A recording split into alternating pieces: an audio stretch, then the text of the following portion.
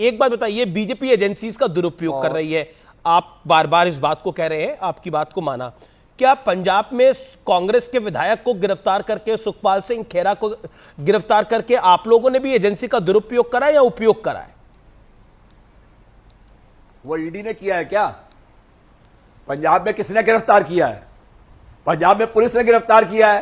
पंजाब में एसआईटी बनी थी। तो पंजाब पुलिस सच्ची है, ईडी झूठी है, वो केस कर रही है। अरे भैया, अगर तो पंजाब पुलिस सच्ची है, ईडी झूठी है। कहीं पर कोई एमएलए, एक मिनट, कोई एमएलए रेप केस में पकड़ा जाएगा, कोई एमएलए रेप केस में पकड़ा गया क्या? कोई एमएलए सुखपाल सिंह खेरा क्या रेप केस में पकड़ा गया? आप क्या बोल रहे हैं? It is a defamation. Sukhpal Singh Khaira क्या रेप केस में पकड़ा गया क्या? अरे व्हाट डिफेमेशन? सुखपाल सिंह खेरा क्या रेप केस में पकड़ा गया है? सुखपाल सिंह खेरा को आपने 8 साल पुराने केस में अरेस्ट किया है। ड्रग केस है। और अगर पंजाब सरकार गिरफ्तार करे तो वो सही है, अगर ईडी गिरफ्तार करे तो वो झूठ का पुलिंदा है। संजय सिंह तो खुद ही कह रहे थे अगर मैंने कुछ गलत करा तो गिरफ्तार कर लो। फिर आपने नया गोल पोस्ट करा कि इंडिया आया है, इंडिया का गठबंधन हुआ है। एक बात बताइए, G14 का एजेंडा मैं नहीं सब्सक्राइब करता। ये G14 का एजेंडा हो सकता है, वो मैं नहीं सब्सक्राइब करूंगा।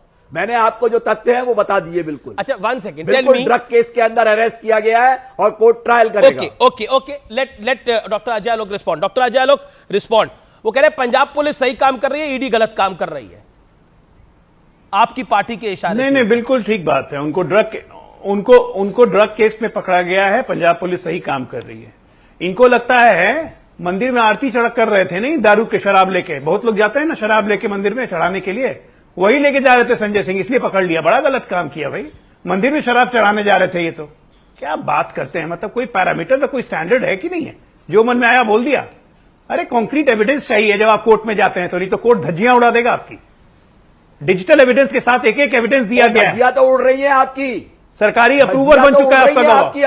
अभी और सामने सरकारी अप्रूवल बन चुका आपका गवाह। आज आप ऑब्जर्वेशन अभी बीच में नहीं बोलिए, अभी और नंबर लगने वाला। मैंने बोला ना गुरु घंटाल बाकी है। अभी शीश महल की भी इंक्वायरी चल रही है, शीश महल की भी इंक्वायरी चल रही है, फाइनेंशियल इरेगुलरिटीज, और जो 150 आदमियों को 1-1 लाख रुपए नौकरी दी है उसकी भी इंक्वायरी चल रही है।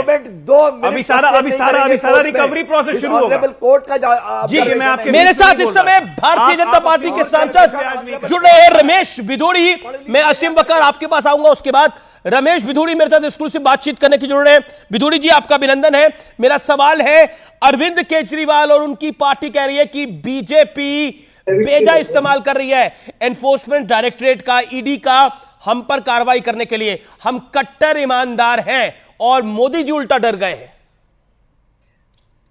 अमित जी, अभी मैं सुन रहा था आपकी डिबेट 5 या 7 मिनट से। दुर्भाग्य है कि रफूगर हो तो ऐसे हों, ये कुछ पेट टाइप के लोग ऐसे बैठते हैं। अगर एक पत्रकार को गिरफ्तार किया जाए तो शीश महल का खुलासा कर रही हैं और अदालत ने जूते मारकर एफआईआर को रद्द कर दिया। अभी बहुत हरिश्चंद्र बता रहे हैं पंजाब पुलिस को, ये वो क्या आम आदमी पार्टी ने नहीं किया था? नंबर 1। नंबर 2, 32 लाख रुपए का लेन देन संजय जी ने दिनेश अरोड़ा जी, जो मीडिएटर थे शराब ठेकेदार के, माफियाओं के, उनके बीच में पुल का काम कर रहे थे। उन्होंने ये बात कही है कि केजरीवाल सिसोदिया से मुझे इन्होंने मिलवाया, रेस्टोरेंट 3 बजे तक खुलेंगे, उनकी शर्त थी दिनेश अरोड़ा की। संजय सिंह जी ने केजरीवाल साहब से और उनसे मनीष कह के ये आदेश कराए। अगले दिन से आदेश हो गए कि ठीक है, रेस्टोरेंट और पब अब रात को 3 बजे तक खुलेंगे।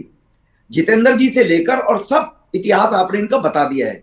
जो इंडिया अगेंस्ट करप्शन के नाम से जो लोग आए थे, उनका इतिहास सबने बताया है।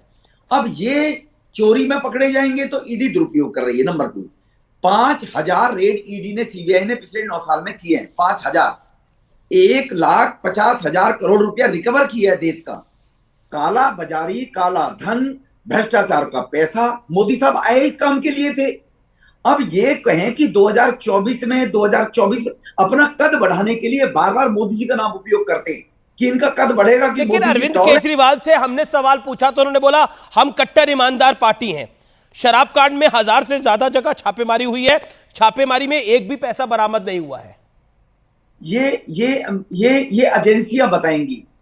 नंबर 1 मैं और बता रहा हूं इनको, ये कुछ भी कहते रहे, इनका क्रेडिबिलिटी कैसी है। केजरीवाल साहब की भी 2 बच्चों की कसम खाई थी, कपल से बल से लेकर दुनिया चोर थी, उन्हीं के साथ है। मैं उस विषय में नहीं जाना चाहता हूं, लेकिन मैं इसे पूछना चाहता हूं, आम आदमी पार्टी के केजरीवाल साहब अगर ये कह रहे हैं हम कट्टर ईमानदार हैं, तो कट्टर ईमानदार तो डिग्री देखकर भी इन्होंने कहा था।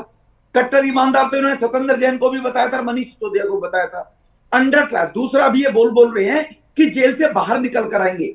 देश का कानून है किसी मुलजिम को जेल में तब तक रखा नहीं तो जाता है आम आदमी पार्टी कह रही है जेल के ताले टूटेंगे, संजय बाबू, मनीष बाबू और सत्येंद्र बाबू सब छूटेंगे, 30 जेल के ताले टूटेंगे। 30 सेकंड में बताना चाहता हूं जी। ये पढ़े लिखे लोग हैं, केजरीवाल साहब बड़े पढ़े लिखे हैं। जेल में रहने का मतलब है जब तक व्यक्ति कन्विक्टेड नहीं होगा, जब तक वो किसी भी रूप में जो जांच होती है उस पर फर्क ना डाले, अभी सजा याफ्ता तो हुए नहीं है, वो आएगा हमेशा के लिए जेल में जा सकते हैं। जमानत ना होने का मतलब होता है ये इफेक्ट डालेगा बाहर आकर और ये छेड़छाड़ करेगा सबूतों से, इसलिए जमानत तो हो जाएगी, जमानत में किसी ने मना किया है। लेकिन बेशर्मी की हद है, 16 साल महीने से जेल में पड़े हैं और गर्व के साथ में कह रहे हैं जेल के ताले टूटेंगे। अरे भाई, दुनिया में कितना भी बड़ा मुलजिम हो, जेल में उसकी जमानत तब तक नहीं होती है जब तक जांच पूरी नहीं होती है, क्योंकि वो कहीं ना कहीं एविडेंस को कहीं ना कहीं ब्रेक करेगा, इसलिए उनको जेल में रखा जाता है। एक सवाल और है कि क्या आपको लगता है, राघव चड्ढा कह रहे हैं कि 15 महीने से ईडी और सीबीआई ने 1000 जगहों पे छापे मारे हैं, संजय सिंह के यहां एक भी पैसा नहीं मिला है। राघव चड्ढा का तो यह तक कहना है कि, और आम आदमी पार्टी के नेताओं का, कि इंडिया अलायंस की वजह से घबरा गई है भारतीय जनता पार्टी, प्रधानमंत्री मोदी, अमित शाह। छाछ तो बोले बोले छन्नी बोल रही 100 छेद। जिस राघव चड्ढा जी ने अपने मैंने उसमें दिया था, डिक्लेरेशन में दिया था राज्यसभा के नॉमिनेशन के टाइम कि 2.5 लाख रुपए के लगभग उसकी आमदनी है जी। 10 लाख रुपए के कमरे में वो 5 स्टार होटल में रह रहे हैं, 2.5 करोड़ रुपए शादी में खर्च कराए जा रहे हैं, 1000 पुलिस के अधिकारी पंजाब के वहां हैं, वीआईपी सिक्योरिटी देकर एयरपोर्ट से बाहर पत्नी को निकाला जाता है। मैं किसी पे टिप्पणी नहीं करनी चाहिए, जो आदमी कहते थे सिक्योरिटी की जरूरत नहीं है, क्यों आगे पीछे चलती है, राघव चड्ढा जी बोल रहे हैं, वो बताएं 2.5 लाख का आपने एफिडेविट दिया था, पर अब वो उनका पर्सनल मैटर है। अब वो शादी हुई, कितने करोड़ खर्च हुए, उन्होंने 2-2.5 लाख का आईटीआर फाइल किया हुआ था, वो सिक्योरिटी तो उन्हें पंजाब सरकार ने दे रखी है, वो सिक्योरिटी प्रोटेक्टी है, उनके साथ काफी सारे सिक्योरिटी गार्ड चलते हैं, वो सिक्योरिटी प्रोटेक्टी होंगे, उनकी जान को खतरा होगा। परंतु केजरीवाल साहब भी तो कहा करते थे कि जनता की सुरक्षा, नेताओं की सुरक्षा में सिक्योरिटी लगी रहती है, किस बात का डर है इनको, क्यों ये सिक्योरिटी में चलते हैं। अब ये क्यों सिक्योरिटी में चलते हैं, मैं पूछना चाहता हूं। मुझे कोठी नहीं चाहिए और मैं 55 करोड़ का शीश महल बनाऊंगा, तो ये इनका करेक्टर है, आपके सामने है, वो सब पूरा देश देख रहा है। और अब ये केवल बहस करने से या शोर मचाने से कुछ नहीं होगा। आप जो मीडिया जो दिखा रहा है वो तथ्यों के आधार पर दिखा रहा है, और एजेंसियां अपना काम कर रही हैं वो तथ्यों के आधार पर, सबूतों के आधार पर कर रही है। लेकिन मेरा एक सवाल है कि आम आदमी पार्टी इस पूरे ढंग से कह रही है कि ये काल्पनिक घोटाला है, ये सिर्फ बीजेपी के मन के अंदर घोटाला है, हमने कुछ नहीं करा है। अगर ये काल्पनिक है पूरा घोटाला, सौरभ भारद्वाज ने ये कहा, मैं उनको कोट कर रहा हूं। अगर काल्पनिक है तो 5% से 12% का आपने क्यों कमीशन बढ़ाया शराब माफियाओं का, आपकी क्या रिश्तेदारी थी?